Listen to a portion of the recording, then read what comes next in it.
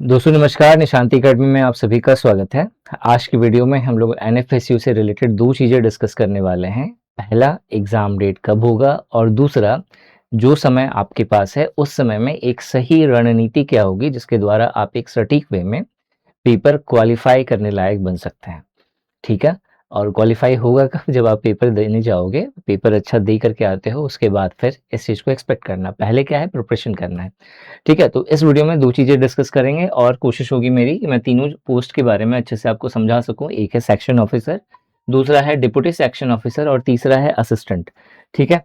Start करने से पहले 2022 से रिलेटेड जो र्यूमर्स है, जो बहुत सारे बच्चे फैला रहे हैं, स्प्रेड कर रहे हैं, ठीक है? कमेंट सेक्शन के माध्यम से, अलग-अलग ग्रुप्स के माध्यम से कि भाई 2022 का अगर आप ट्रेंड देखोगे, तो 2022 में एप्लीकेशन प्रोसेस हुआ था और 2024 में जाकर के पेपर हुआ है। नो डाउट ये हुआ भी है। बट यहाँ पे 2 चीज़ें थी, एक तो पोस्ट कोविड का टाइम पीरियड था, दूसरा जो है एडमिनिस्ट्रेटिव कुछ रीज़न्स थे जिसकी वजह से जो है ये पेपर डिले हुआ है, लेकिन अल्टीमेटली दिमाग में आपको ये रखना है, पेपर हुआ है, ऐसा नहीं है पेपर नहीं हुआ है। प्रॉब्लम्स यहाँ पे ये हो जाती है ना कि हम लोग अगर किसी चीज़ का प्रिपरेशन मतलब 90% स्टूडेंट्स को अगर देखा जाए, तो वो किसी चीज़ का प्रिपरेशन करने के लिए जाते हैं या एप्लीकेशन फॉर्म फिल अप करा, तो उनका मेंटालिटी ये होता है मतलब जो कॉमन मेंटालिटी है कि भाई इसका जो है पहले सारा कुछ पता कर लेते हैं, उसके बाद हम लोग पढ़ने बैठेंगे और फिर मतलब एक्सक्यूज़ेज़ जो दिमाग है ना वो हमेशा एक्सक्यूज़ेज़ ढूँढता है, तो वो चीज़ें आती है कि थोड़ा-सा भी कोई एक्सक्यूज़ेज़ दे देता है कि भाई इस एग्ज़ाम में कुछ ऐसा कुछ हुआ है और हम लोग वहाँ पे गिव अप करना शुरू कर देते हैं कि भाई नहीं प्रिपरेशन करना सही नहीं होगा। बट ये 90% स्टूडेंट का केसेस है, 10% जो सेलेक्टेड होते हैं ना उनका ये केस नहीं होता। उनके दिमाग में होगा कि भाई ये सिलेबस जो है अब पेपर कभी भी हो, मुझे सिलेबस 2 से 3 महीने में ख़त्म कर देना है मेजर सेक्शंस को, ताकि पेपर कभी भी हो मैं उसके लिए प्रिपेयर रहूँ और यही एक क्वालिफ़ाइड कैंडिडेट का जो है क्वालिटी जिसको बोलते हैं ना वो होती है। ठीक है? तो इसी तरीके का एक माइंडसेट बना कर के चलो कि पेपर कब होगा, this is not the part. आपको हमेशा अपने आप से एक क्वेश्चन पूछना है, क्या मेरा सिलेबस ख़त्म हो गया है? मेरा सिलेबस अगर ख़त्म हो जाएगा, तो भले ही ये पेपर ना हो, लेकिन अगर इस तरह का कोई और पेपर होगा जहाँ पे सिमिलर जो है पैटर्न आपको देखने को मिलता है, सिमिलर सिलेबस और बहुत सारे ऐसे एग्ज़ाम हैं, जहाँ पे सिमिलर सिलेबस देखने को मिलते हैं। ठीक है? तो उन एग्ज़ाम्स में मैं एक एज ले सकता हूँ, उन एग्ज़ाम्स में मैं अपना बेस्ट दे सकता हूँ और अच्छा रिज़ल्ट कर सकता हूँ। ये भी हो सकता है कि ऐसा हो कि अगर मैंने सिलेबस ढंग से कवर कर लिया, तो 3 महीने के बाद ये पेपर क्लियर हो या ना हो, बट इस तरह के और जितने भी मैं फॉर्म भरूँगा, जितनी भी अपॉर्चुनिटी को मैं ग्रैब करूँगा, उन सबको मैं क्वालिफ़ाई कर सकता हूँ और ये दिखा सकता हूँ अपने परिवार को, अपने फैमिली को, अपने दोस्तों को कि भाई मेरे पास वो एफिशिएंसी है कि मैंने एक बार में 10-10 एग्ज़ाम्स क्लियर करे हैं। ठीक है? ये नहीं कि भाई मैंने एग्ज़ाम का फॉर्म फिल अप करा था, पेपर ही नहीं हुआ। ठीक है? एक का नहीं हुआ, बाकी का तो हुआ। ठीक है? तो ये माइंडसेट होना चाहिए। ठीक है? 2022 का जो र्यूमर है इस पे फ़ोकस मत करिए, 2024 में भी इन्होंने पेपर लिया है और उसका जो है जिस तरीके से नॉर्मल ट्रेंड होता है वो नॉर्मल ट्रेंड पे पेपर हुआ है। ठीक है? 2022 वाले में क्या था, नॉन टीचिंग और टीचिंग दोनों पोस्ट के लिए हुआ था पेपर। 3 मई 2022 को नोटिफिकेशन रिलीज हुआ था और फिर आपका लास्ट डेट जो अप्लाई करने का था वो 21 मई 2022 था, मतलब तकरीबन 18 दिन का आपके पास समय था अप्लाई करने का। नॉन टीचिंग पोस्ट की बात करें तो 139 से 149 के बीच में नॉन टीचिंग पोस्ट थी और इसका रिटन पेपर जो हुआ था वो मार्च 2024 में हुआ था। ठीक है? तो इस चीज को जो लोग काउंट कर रहे हैं इसको काउंट ही नहीं करना है आपको।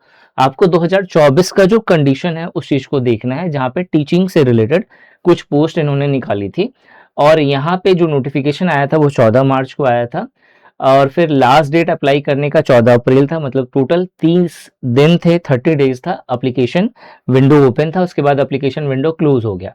पोस्ट की बात करें तो 40 प्लस जो है यहाँ पे टोटल पोस्ट थी और रिटन एग्जाम जो है जुलाई से सितंबर तक में हुआ 2024 में।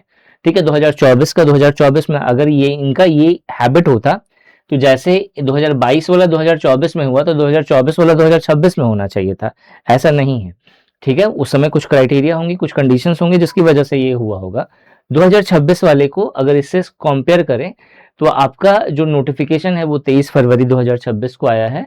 एप्लीकेशन क्लोज जो है वो 23 मार्च 2026 यानी एग्जैक्टली 30 डेज का आपको टाइम दिया गया है। ठीक है। उसके बाद टोटल पोस्ट की बात करें, जो नॉन टीचिंग पोस्ट है वो 51 है, और जो रिटन एग्जाम आप एक्सपेक्ट कर सकते हैं वो अगस्त से सितंबर 2026 में आप एक्सपेक्ट कर सकते हैं कि अगस्त से सितंबर में आपका रिटन एग्जाम होगा। अब यहाँ पे अभी खत्म नहीं हुआ है, अभी और चीजें हैं, समझना जरूरी है चीजों को, ठीक है। तो पूरा वीडियो देखना, अच्छे से चीजें समझना, अगर सीरियस हो तो, नहीं तो बाकी तो भगवान भरोसे फिर, ठीक है। अब देखो यहाँ पे आपको ये समझना पड़ेगा कि जो यहाँ पे दो चीजें आपको समझनी होंगी। एक, जो रिटन एग्जाम जो अगस्त सितंबर जो मैं बोल रहा हूँ ना, ये आपका मेन पेपर है, descriptive paper, this is not the screening test. Screening test के लिए एक कंडीशन इन्होंने बोला है, आपके नोटिफिकेशन में इस बार के मेंशन नहीं है, लेकिन जनरल ये लोग यही ट्रेंड फॉलो करते हैं कि जो मेन पेपर होता है, इनका मोटिव है मेन पेपर करवाना, वहीं से आपका मेरिट लिस्ट बनेगा। बट जब नंबर ऑफ कैंडिडेट्स बहुत ज्यादा हो जाते हैं तो उस केस में ये लोग जो आपका मेन पेपर है, डिस्क्रिप्टिव का पेपर है, उससे पहले एक छोटा सा एक टेस्ट करवाते हैं जिसको ये लोग स्क्रीनिंग टेस्ट बोलते हैं। तो जो मेन पेपर है, अगर मेन पेपर अगर अगस्त सितंबर 2026 में होता है तो उससे कुछ समय पहले अगर इन लोगों ने स्क्रीनिंग टेस्ट लिया, जो कि ये ले रहे हैं, 2022 में भी लिया है, 2024 में भी लिया है, 2026 में भी होगा, तो अगर स्क्रीनिंग टेस्ट होता है तीनों पोस्ट के लिए तो वो आपका मई जून 2026 तक में हो जाएगा, ठीक है। तो अगर अभी देखें तो आपका ये मार्च खत्म होने वाला है, तो अप्रैल के बाद मई और जून, मतलब अप्रोक्सीमेटली 2 महीने का आपके पास समय है इस स्क्रीनिंग टेस्ट के लिए प्रिपेयर करने का। और बहुत बड़ा इसमें रॉकेट साइंस नहीं है। आप देखो, जो सबसे इंपॉर्टेंट होता है क्वांट रीजनिंग, उसको इन्होंने हटा दिया, बचा क्या है आपका जनरल अवेयरनेस वाला सेक्शन, जनरल साइंस वाला सेक्शन, करंट अफेयर वाला सेक्शन और इंग्लिश वाला सेक्शन। ये 4 चीजें हैं, ठीक है। इन 4 टॉपिक से क्वेश्चंस बनेगा। और ओवरऑल अगर आप देखेंगे, अगर अच्छे से अगर आप किसी और भी एग्जाम का प्रिपेयर कर रहे हो ना, तो उसके साथ साथ पैरेलली जो है स्क्रीनिंग टेस्ट का प्रिपरेशन हो जाएगा। बहुत टिपिकल, बहुत टफ क्वेश्चन, रॉकेट साइंस वाला या फिर मतलब यूपीएससी सीएससी लेवल का उठा करके नहीं पूछते, ठीक है। बहुत ही इजी लेवल का पेपर होता है इनका स्क्रीनिंग टेस्ट का। और आराम से अगर आप ढंग से पढ़ रहे हैं पिछले 4-5 महीनों से, ठीक है, तो आप बहुत अच्छे से हंसते हुए ये पेपर क्लियर कर सकते हैं, ठीक है। मेन है आपका डिस्क्रिप्टिव वाला रिटन एग्जाम, जो कि अगस्त सितंबर 2026 में हो सकता है, ठीक है। हो सकता है, ये जो अनुमान मैंने लगाया है ये प्रीवियस जो भी डाटा है, एनालिसिस है, उसके बिहाफ पर, पिछले जितने भी एग्जाम्स हो रखे हैं एनएफएसयू के, उसके बिहाफ पर मैंने लगाया है, और मैंने आपको क्राइटेरिया भी बता दिया।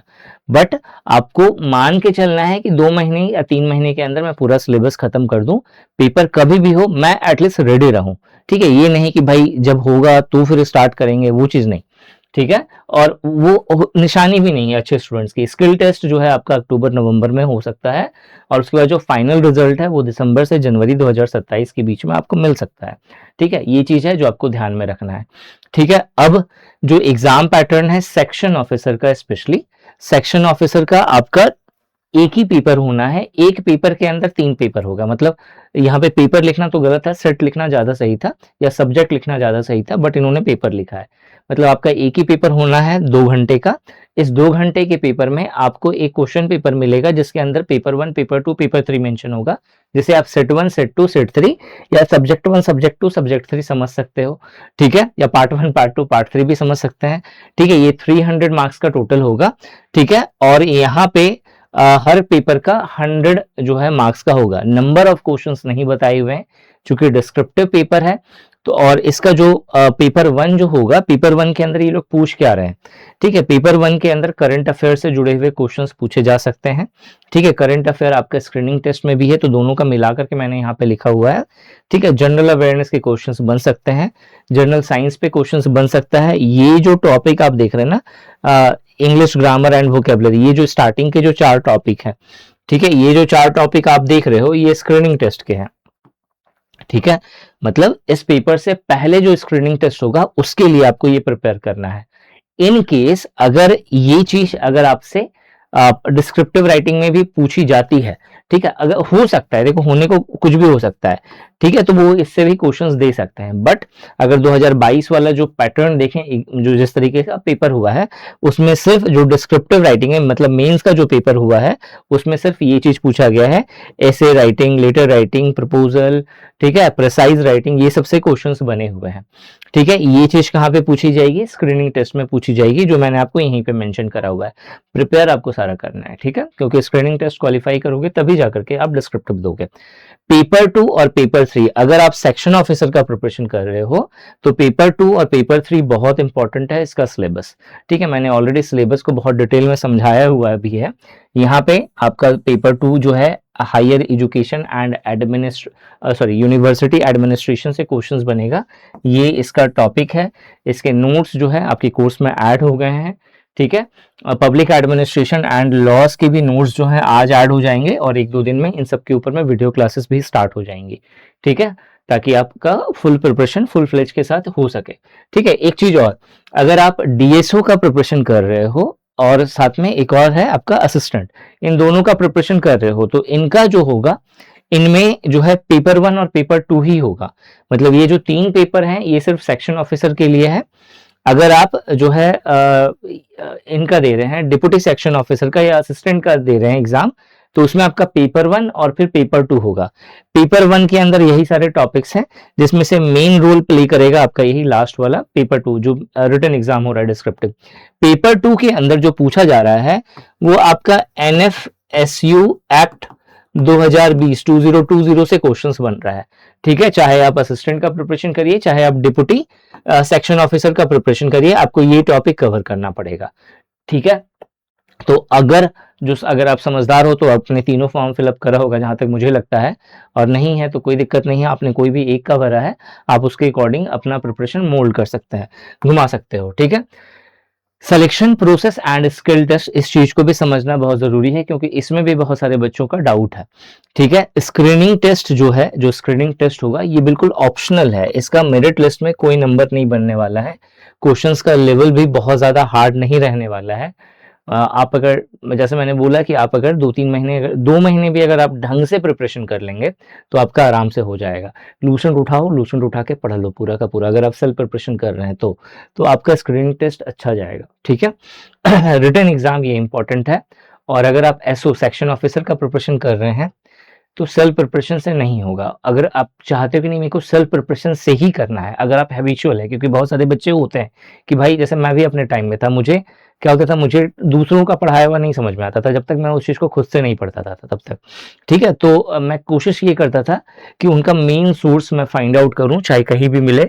ठीक है, और फिर उन सारे सोर्सेस को डीप स्टडी करूं, उसके बाद फिर अपना प्रिपरेशन होता था। मेरा ये स्टाइल था, बहुत सारे बच्चों का होता है इस तरह से। ठीक है, तो अगर आप उस कैटेगरी में आते हो तो आपको करना क्या है, रिटन एग्जाम में जो एजुकेशन वाला जो टॉपिक है, एजुकेशन सिस्टम वाला, उसका पूरा डिटेल सिलेबस मैंने दिया हुआ है।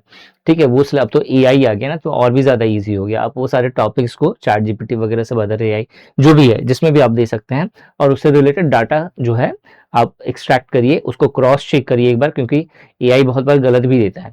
क्रॉस चेक करिए, क्रॉस चेक करने के बाद उस चीज को एक बार रीड आउट कर जाइए अच्छे से। ठीक है, उससे रिलेटेड सारे कॉन्सेप्ट को समझिए, वेबसाइट थोड़ा सा खंगालना पड़ेगा आपको, तब जाकर के आपका पूरा अच्छा से प्रिपरेशन होगा। और अगर आप एक अच्छा नोट्स चाहते हैं तो निशांति एकेडमी एप्लीकेशन पे अवेलेबल होगा वो चीज। ठीक है, तो रिटन एग्जाम जो होगा आपका यहाँ पे, स्क्रीनिंग टेस्ट क्वालिफाइंग नेचर का होगा, रिटन एग्जाम मेन है जो कि डिस्क्रिप्टिव राइटिंग होगा वहां पे, और इससे रिलेटेड डीएसओ और असिस्टेंट के लिए NFSU का जो है आपसे एक्ट पूछेगा, और बाकी का जो है एजुकेशन सिस्टम है और पब्लिक एडमिनिस्ट्रेशन के रूल्स एंड रेगुलेशंस पर बेस्ड क्वेश्चंस बनेंगे। ठीक है, स्किल टेस्ट इंपॉर्टेंट है। अब यहाँ पे सेक्शन ऑफिसर वाले स्टूडेंट्स जो है क्वेश्चन कर रहे हैं कि सर स्किल टेस्ट क्या हमें भी प्रिपेयर करना है, तो देखो हाँ, ठीक है, ये स्किल टेस्ट का प्रिपरेशन करना है। टाइपिंग आ सकता है आप लोगों का, और कंप्यूटर प्रोफिशिएंसी, मतलब ये अच्छे से मेंशन नहीं है, पहले भी बोला नोटिफिकेशन जो है वो ट्रांसपेरेंट नहीं है। अगर ट्रांसपेरेंट रहता तो इतना कंफ्यूजन नहीं होता। बट ठीक है, उन्होंने बहुत सारी चीजें अच्छी करी हैं, जैसे क्वेश्चंस पेपर वगैरह सब अपलोड करे हैं, पिछले जितने सारे रिकॉर्ड्स हैं उसे अपलोड करा हुआ है, तो वहां से बहुत हेल्प हो जाती है चीजों को एक्सट्रैक्ट करने में। ठीक है, वो अच्छा काम करा इन्होंने। ठीक है, तो उसके बिहाफ पर आप कह सकते हैं कि चाहे आप एसओ का, चाहे डीएसओ का, चाहे आप असिस्टेंट का प्रिपरेशन करिए, आपको टाइपिंग टेस्ट और बाकी का जो स्किल टेस्ट होता है, कंप्यूटर स्किल टेस्ट, जहाँ पे आपको एक पीपीटी डिज़ाइन करने, मतलब सीजीएल दिया हुआ है तो उसी के अकॉर्डिंग है, ठीक है? आपको एक पीपीटी डिज़ाइन करने को दिया जाएगा, आपको जो है वर्ड फाइल पे एक डाटा होगा, आपको उसके अकॉर्डिंग लिखना होगा उसी फॉर्मेट में, ठीक है? 2 चीज़ हो गया, और एक्सेल के ऊपर में एक वर्क करने के लिए आपको एक शीट दी जाएगी, ठीक है? तो ये आपका स्किल टेस्ट का प्रिपरेशन होगा, पैरेलली लेके चल सकते हैं, थोड़ा-थोड़ा करके अगर डेली 15-20 मिनट भी दोगे ना, तो भी आराम से हो जाएगा ये चीज़, ठीक है? या फिर 2-3 महीने पहले मेन सब्जेक्ट का प्रिपरेशन करिए, इस चीज़ को बाद में प्रिपरेशन कर लीजिएगा, ये भी पॉसिबल है, ठीक है? बट बाद वाला थोड़ा-सा रिस्की हो जाता है। फिर डॉक्यूमेंट वेरिफिकेशन है, तो अपना सारा डॉक्यूमेंट्स वगैरह सब ठीक से देख लेना, आपने रिजर्व कैटेगरी से भरा है या फिर कोई और कैटेगरी से भरा है, तो उसका सारा कुछ होना चाहिए। बहुत बार क्या होता है, स्टूडेंट्स का कॉल आता है कि सर मेरा ये डॉक्यूमेंट्स घर पे है, मैं वहाँ पे नहीं हूँ, तो ये सारा चीज़ बंदोबस्त कर लीजिएगा, क्योंकि बाद में फिर दिक्कत ना हो, ठीक है? मेहनत बेकार हो जाएगा। फिर मेडिकल एग्जामिनेशन अगर ये लोग लेते नहीं है, वैसे अगर लेंगे तो होगा, ठीक है? यहाँ पे स्पीड से रिलेटेड भी डाउट्स था बहुत सारे स्टूडेंट का कि सर टाइपिंग का स्पीड क्या रखना है, तो 35 से 40 टाइपिंग की स्पीड रखनी है। अगर आप हिंदी में टाइप करते हैं तो 30 वर्ड पर मिनट का हिंदी का टाइपिंग का स्पीड होना चाहिए, ठीक है? एमएस वर्ड पे आपको काम करना आना चाहिए, MS Excel, MS PowerPoint, इसके अलावा ईमेल पर बेस जो है क्वेश्चंस बन सकता है, पूछा जा सकता है, क्योंकि इन्होंने बहुत डिटेल में सिलेबस नहीं दिया है, तो पूछने को ये कुछ भी पूछ सकता है, ठीक है? ये चीज़ ध्यान में रखना, ठीक है? बट जो जो मेन चीज़ था वो चीज़ मैंने बताया। अब आते हैं कि कैसे आप प्रिपेयर कर सकते हो तीनों का, क्योंकि बहुत सारे बच्चे ऐसे हैं जो सेक्शन ऑफिसर का प्रिपरेशन कर रहे हैं, और चूंकि अगर आप सेक्शन ऑफिसर का प्रिपरेशन कर रहे हैं तो कोई बुराई नहीं है, आपने अगर डीएसओ या आपका असिस्टेंट का भी अगर आपने फॉर्म भरा है तो उसका भी प्रिपरेशन पैरेलली लेके चल सकते हैं, कुछ नहीं पढ़ना एक्स्ट्रा सिवाय एनएफएसयू एक्ट के, ठीक है? एनएफएसयू एक्ट बहुत छोटा सा टॉपिक है, आराम से कवर किया जा सकता है उस चीज को, ठीक है? जब आप एसओ से रिलेटेड इतना कुछ पढ़ रहे हैं तो ये चीज कोई बहुत बड़ी चीज नहीं है, इसको आराम से कवर किया जा सकता है, ठीक है? तो अगर देखा जाए इन सभी पोस्ट के लिए, तीनों पोस्ट के लिए जो आपको पढ़ना है, करंट अफेयर पहला, दूसरा general awareness and general science, तीसरा डिस्क्रिप्टिव राइटिंग, ठीक है? ये इंपॉर्टेंट है, ठीक है? ये एक एज देगा, मतलब ये जिसका जितना अच्छा है उसके अकॉर्डिंग फिर मार्क्स लेकर के जाएगा, बट इसका मतलब ये नहीं है खाली इसी पे फोकस करो बाकी भूल जाओ, नहीं, ठीक है? एनएफएसयू एक्ट 2020 ये लास्ट टाइम के अकॉर्डिंग देखा जाए तो डीएसओ और असिस्टेंट में पूछा गया है public administration governing laws and rules, ठीक है? पब्लिक एडमिनिस्ट्रेशन मतलब जो पब्लिक एंटिटीज हैं जितनी सारी, उनमें जो है उनको गवर्न करने के लिए कौन कौन से लॉज एंड रूल्स होते हैं जो फॉलो करने पड़ते हैं, उसके बारे में डिटेल में पढ़ना है, और ये आपको बहुत इंपॉर्टेंट है। अगर आप सरकारी ऑफिसर बनना चाहते हैं ना, तो आपको ऐसे भी ये चीज जानना पड़ेगा, क्योंकि अगर आप ग्रुप ए लेवल के जितने भी एग्जाम्स का प्रिपरेशन करिएगा उसमें ये बहुत इंपॉर्टेंट होता है, बहुत इंपॉर्टेंट, ठीक है? तो इस चीज को अगर एक बार अच्छे से पढ़ लोगे ना तो ओवरऑल आपका एक एप्टीट्यूड और एटीट्यूड डेवलप हो जाएगा, ठीक है? और एक है एजुकेशन सिस्टम, जिसको समझना बहुत जरूरी है, और ये अगर आप इसका प्रिपरेशन कर लेते हैं तो फ्यूचर में बहुत सारे एग्जाम्स के लिए आप प्रिपेयर हो जाइएगा, जैसे सीबीएसई के जितने भी एग्जाम्स होते हैं जनरली, ठीक है? अच्छी पोस्ट का ग्रुप ए और ग्रुप बी वाले में, उसमें एजुकेशन सिस्टम से क्वेश्चंस रहता है। इसके अलावा यूजीसी नेट का अगर आप प्रिपेयर करते हैं इनकेस फ्यूचर में तो उसमें रहता है, एनसीईआरटी के किसी एग्जाम का प्रिपरेशन करते हैं तो उसमें आपको एजुकेशन सिस्टम से क्वेश्चंस रहता है, ठीक है? असिस्टेंट रजिस्ट्रार अगर आपने मास्टर डिग्री करी हुई है तो असिस्टेंट रजिस्ट्रार का इनकेस प्रिपरेशन करते हैं तो उसमें एजुकेशन सिस्टम बहुत अच्छे से रहता है। तो ये एक ऐसा टॉपिक है जो चुनिंदा बड़े बड़े एग्जाम्स में पूछा जाता है, और अगर एक बार अगर ढंग से कर लोगे तो बाकी का ओवरऑल प्रिपरेशन भी हो जाएगा आपका, ठीक है? तो ये पूरा सिलेबस है। अब डाउट यहाँ पे बहुत सारे स्टूडेंट्स का ये है कि सर इसमें पहले क्या करें, ठीक है? तो इसमें पहले क्या करें, तो आपका जो पूरा शिफ्ट है, पूरा जो टाइम है, इस टाइम को मैंने समराइज करके मैंने मान लिया कि भाई 75 डेज आपके पास है, 75 दिन आपके पास है, और 75 दिन में ही आपको मान के चलना है कि मुझे अपना सिलेबस खत्म करना है, और इसमें से आपको पहला 30 दिन, फर्स्ट 30 डेज डेडिकेशन के साथ आपको देना क्या है, एजुकेशन सिस्टम जो भी मैं पढ़ा रहा हूं या आप कहीं से भी पढ़ रहे हैं उस चीज को अच्छे से कवर करना है, नोट्स पढ़ना है, वीडियो लेक्चर्स अगर हैं तो देखना है, ठीक है? कोर्स में आपको मिल जाएगा वीडियो लेक्चर्स वगैरह सब, अभी स्टार्ट नहीं हुआ है, कुछ वीडियोस होंगे तो पुराने लेक्चर्स होंगे मेरे, ठीक है? अगर होगा तो अभी अपडेटेड कंटेंट, अभी अपडेटेड लेक्चर्स आ रहा है, ठीक है? नोट्स सारा अपडेट हो गया है, नोट्स सारा डाल दिया है कोर्स के अंदर, तो वहां से भी आप कर सकते हो खुद से पढ़ना चाहते हो तो। एजुकेशन सिस्टम कवर करना है, जनरल अवेयरनेस कवर करना है, ठीक है? जनरल अवेयरनेस, क्योंकि स्क्रीनिंग टेस्ट को आप छोड़ नहीं सकते हैं, इस चीज का ध्यान में रखिएगा। स्क्रीनिंग टेस्ट में लापरवाही करे तो मेंस में बैठने का मौका ही नहीं मिलेगा, तो भले ही उसका मार्क्स ऐड नहीं होना है बट उसको छोड़ के नहीं चला जा सकता।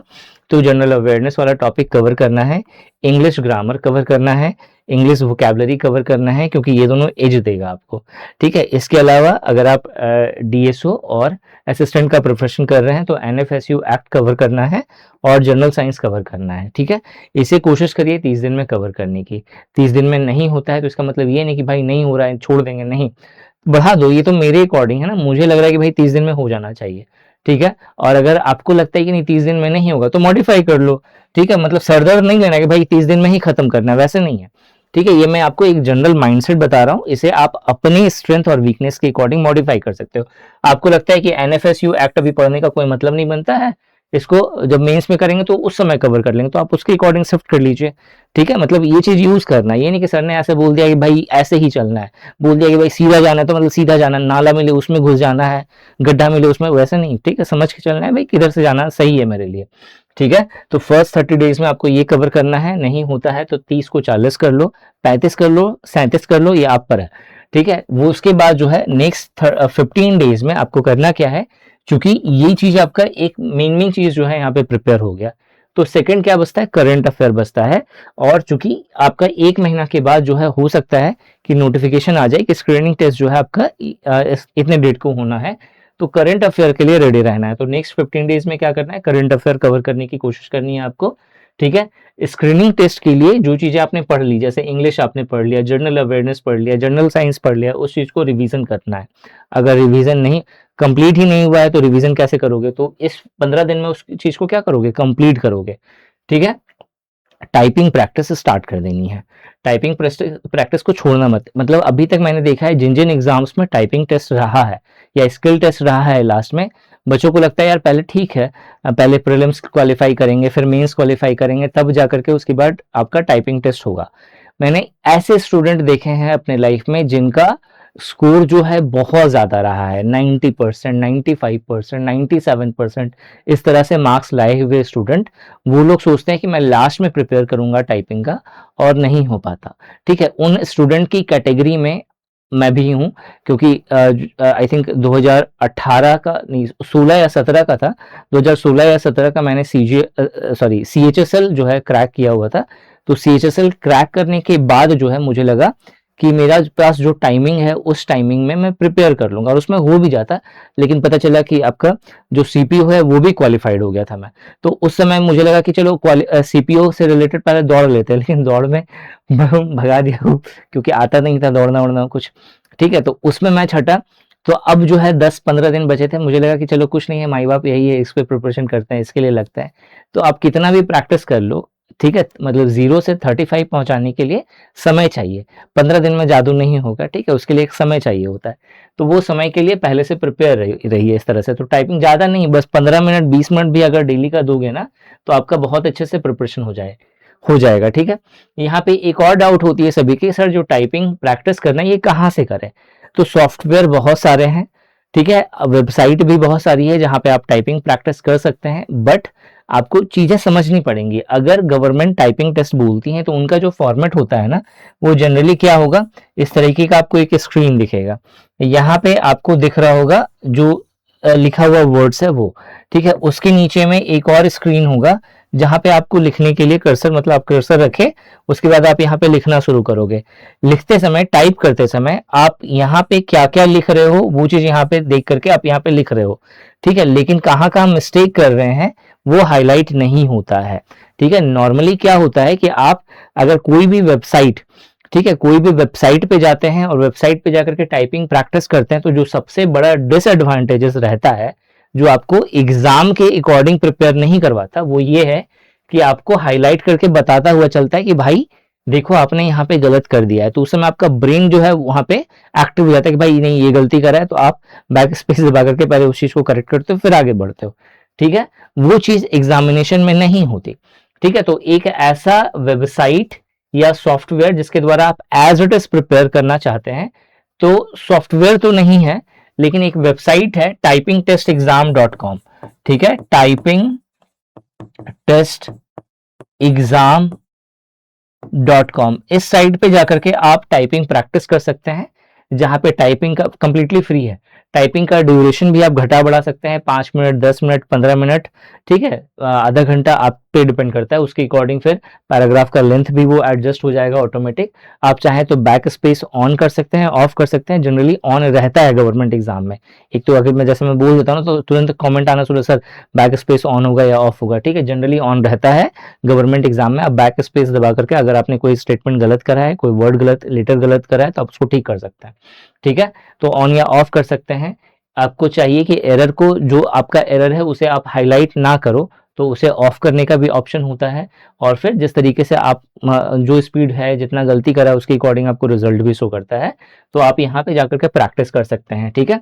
राइट टू इंफॉर्मेशन एक्ट 2005, ये बहुत इंपॉर्टेंट है और इससे श्योर शॉर्ट है क्वेश्चन रहेगा, ठीक है, तो ये चीज आपको कवर करना है अच्छे से, ठीक है। JFR, ठीक है, JFR 2017, ठीक है, जनरल फाइनेंशियल रूल 2017, इस टॉपिक से क्वेश्चन रहेगा। ये सब अच्छे टॉपिक है, ठीक है। ये दोनों किसके लिए हैं? आपका एसओ के लिए, सेक्शन ऑफिसर के लिए।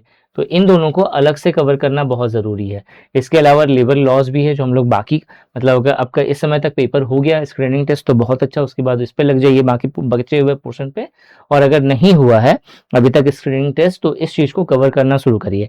जैसे ही स्क्रीनिंग टेस्ट की एग्जाम डेट आ जाती है, ठीक है, तो कोशिश करिए उसके 1 वीक या 2 वीक पहले पूरा डेडिकेशन के साथ सब कुछ छोड़ करके पहले स्क्रीनिंग टेस्ट पे फोकस करना है।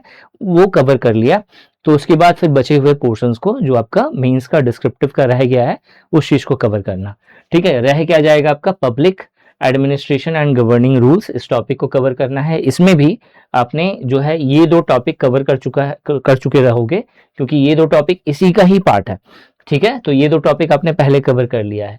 लेबर लॉस बहुत अच्छे से मैंने पढ़ाया हुआ है, ठीक है, लेक्चर्स वगैरह सब मिल जाएंगे, ठीक है।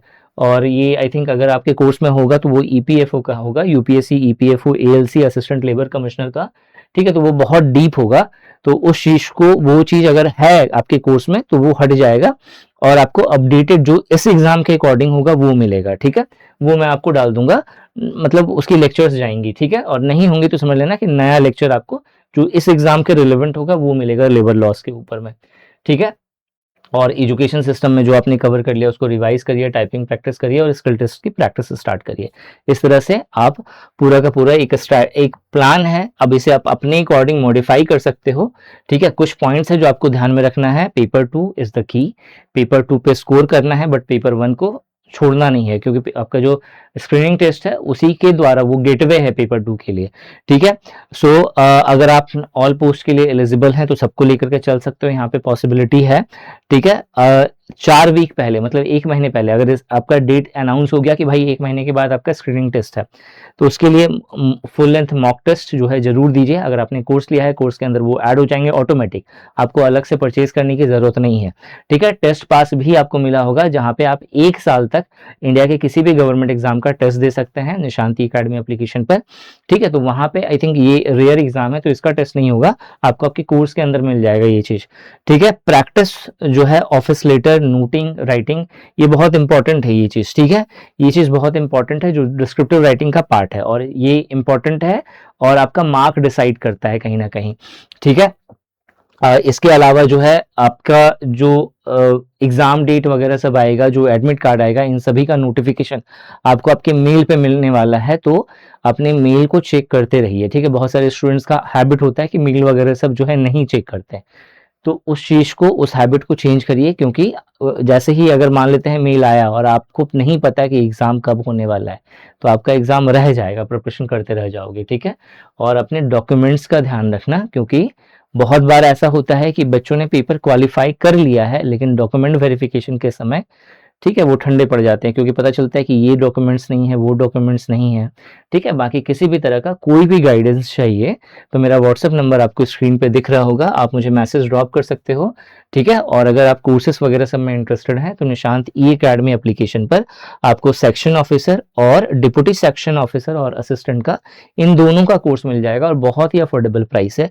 इस पे भी आपको अगर डिस्काउंट चाहिए इस प्राइस पे भी, तो आपको व्हाट्सएप नंबर पे मैसेज ड्रॉप करना है, मुझे करंटली कूपन कोड क्या चल रहा है मुझे वो बता दीजिए, और उस कूपन कोड के द्वारा आप इन कोर्सेज को परचेज कर सकते हैं, ठीक है। और कुछ यहाँ पे मैंने इंपॉर्टेंट साइट का लिंक दिया हुआ है जिसके द्वारा जो है आप अपडेट रह सकते हैं, ठीक है। इसका आप स्क्रीनशॉट स्क्रीनशॉट ले लेना ताकि आपको प्रिपरेशन करने में हेल्प मिले। ठीक है, सो इस वीडियो में यही था। Thanks for watching this video and wish you good luck for your paper.